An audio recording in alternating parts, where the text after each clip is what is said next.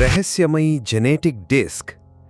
क्या हो अगर मैं आपसे कहूं कि सैकड़ों या हजारों साल पहले एक ऐसी सभ्यता थी जिसे माइक्रोस्कोप और जेनेटिक्स का ज्ञान था। आज हम बात करेंगे एक ऐसी ही रहस्यमयी कलाकृति की जिसे जेनेटिक डिस्क कहा जाता है। इसे 1960 के दशक में औद्योगिक डिजाइनर जेमी गुटीरेज लेगा ने कोलंबिया में खोजा था। यह डिस्क काले रंग के एक कठोर पत्थर से बनी है जिसे लिडिथ कहा जाता है।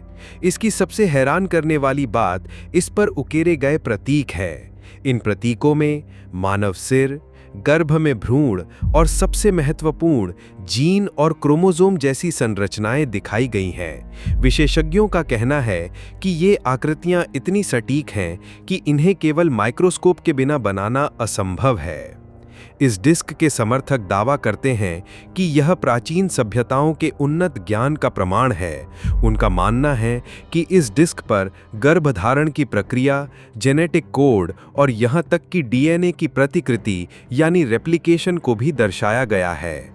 लेकिन इस खोज को लेकर वैज्ञानिक समुदाय में भारी विवाद है। कई पुरातत्वविद इसे आउट ऑफ प्लेस आर्टिफैक्ट मानते हैं जिसका कोई विश्वसनीय पुरातात्विक संदर्भ यानी आर्कियोलॉजिकल प्रोवेनेंस नहीं है। आलोचकों का तर्क है कि इस तरह के साक्ष्य के बिना यह एक आधुनिक धोखे से ज्यादा कुछ नहीं है।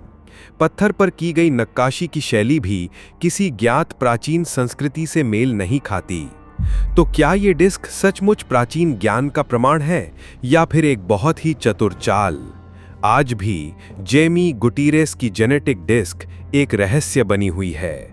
यह हमें ये सोचने पर मजबूर करती है कि हमारे इतिहास में कितनी बातें अभी भी छिपी हुई हैं। चाहे ये सच हो या नहीं, इसने निश्चित रूप से प्राचीन सभ्यताओं और उनके ज्ञान के बारे में हमारी जिज्ञासा को जगाया है।